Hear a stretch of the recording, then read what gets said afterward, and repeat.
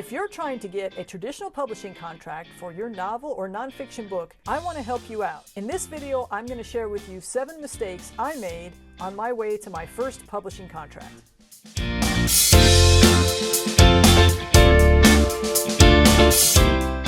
Getting a book published is about more than just writing a really good story. That's the most important part, of course. But there are a lot of other things involved that you need to be thinking about and doing right now if you want that traditional publishing contract. I didn't know this when I first started writing. I made several mistakes along the way. And I think those mistakes delayed my ability to get my first publishing contract. So I want to share those mistakes with you today in the hopes of helping you to avoid them. We all need to get feedback as we're learning to be writers, but it's important to have the right mindset when you're looking at the feedback. Early in my career, I tended to be second-guessing myself a lot, so I would believe everything that I read on the critiques, and I would allow that to confuse me. Well, this person says I should do this, and this person says I should do that, and I would end up kind of lost. So there has to be a balance between getting the feedback you need so that you can improve and allowing yourself to become confused or discouraged because of the feedback that you're getting. The key is to get multiple opinions on one piece of writing. There are several novel in progress contests where they will give you more than one critique. So you send in like a chapter of the novel you're working on along with a synopsis, and you'll get 2 or 3 critiques back. That way you can compare. Because I would do this and one person would say the dialogue was awesome and somebody else would say the dialogue really needed work. If that happens, then you know it's probably more about people's subjective opinions than it is about what really needs to happen in your story. I also found that there would be things in common. Someone would say they were confused at such and such a place, or that they felt the synopsis wasn't showing a very good flow through of the story, or whatever the situation might be. If you find similarities in the critiques, then that can really help you. You can also do this if you're looking for an editor to hire or a book coach. You can ask them to give you a free sample of their editing. So you send them the first chapter and you get 2 or 3 people sending you back information on that first chapter. That helps you in a couple of ways. First, you can determine which coach you think you want to work with. But second, you can examine all 3 of the pieces that you get back. What are you seeing in common and what is different? The things that are in common that everybody is noticing are things that you probably want to work on. I didn't really understand what I needed to work on as an author for years. I was just writing stories, submitting, getting rejections, reading articles, reading books about writing, trying to teach myself. It wasn't until I hired an editor for an entire book. Yes, this is a significant investment, but if you think about it, it's your education. We have to learn how to be writers. Hire a good editor or book coach to go through an entire story for you, because then they can tell you what is missing in your storytelling skills. Because I had gotten to a place where I was kind of desperate. I was getting rejections and I didn't know what was wrong. Find out where your strengths are and your weaknesses early on, and then you can start really focusing on those instead of just, writing and not being really sure what you're doing.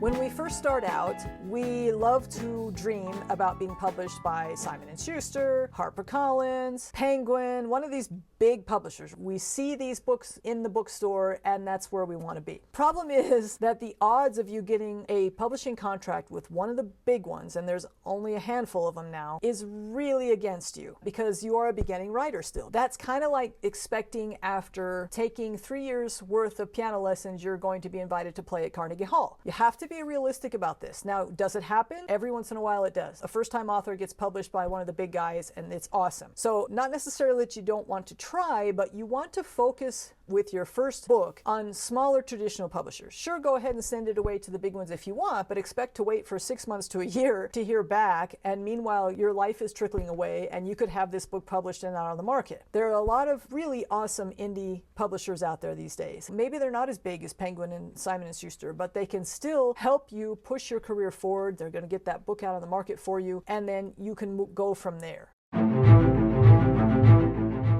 I was too reticent and too sporadic with my submissions. I would find maybe 3 or 4 publishers, submit to them, and then get rejections and stop. Part of that is because rejections are discouraging and they can bring up all your feelings of self-doubt, but the other part of it is simply not understanding how much the submission process needs to be part of your writing process. When you reach a point that you're ready to start submitting, even if it's short stories, start incorporating the whole submission process into your routine. You have a daily writing routine or a weekly writing routine, whatever it is, but you may not have a submissions routine. How often are you researching publishers and submitting your work? At some point when you're ready, that needs to become a part of your monthly schedule, your monthly calendar.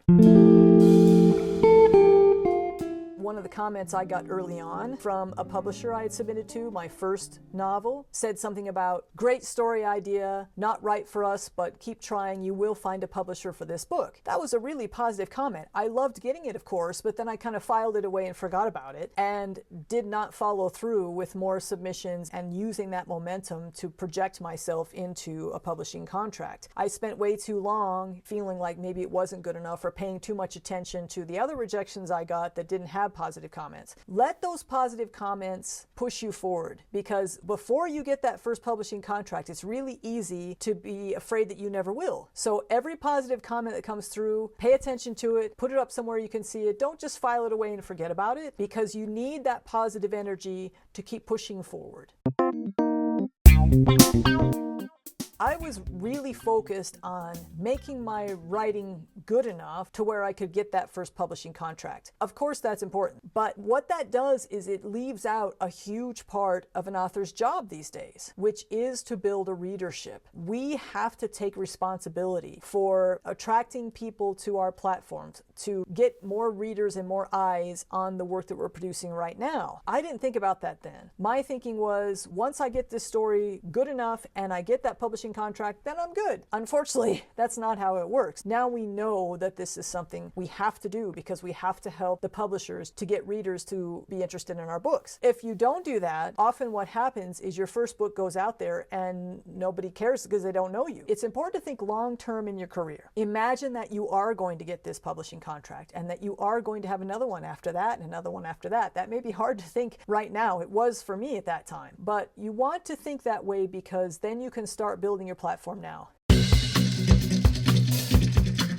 It's really difficult to completely believe that you are going to get this traditional publishing contract. They're harder and harder to get these days. There are fewer publishers. Selling books is hard. Making a profit off of books is hard. That's just the industry right now. So it makes it even more difficult to believe in yourself, to believe that you'll be able to do this one day. You can still proceed without fully believing yourself. That's what I did. And I still did eventually get that publishing contract, but I think I could have gotten there faster had I had a better belief in myself early on. Imagine for a minute that you can look into the future and you know that you're going to get that traditional publishing contract. If you knew that, what would you do differently? You'd probably have no problem investing in an editor or book coach. You'd have no problem getting your best website up there and your social media channels and all that stuff going, because you know this contract's going to come and you're going to have a book you're going to need to promote. That sort of belief can compel you to much more action.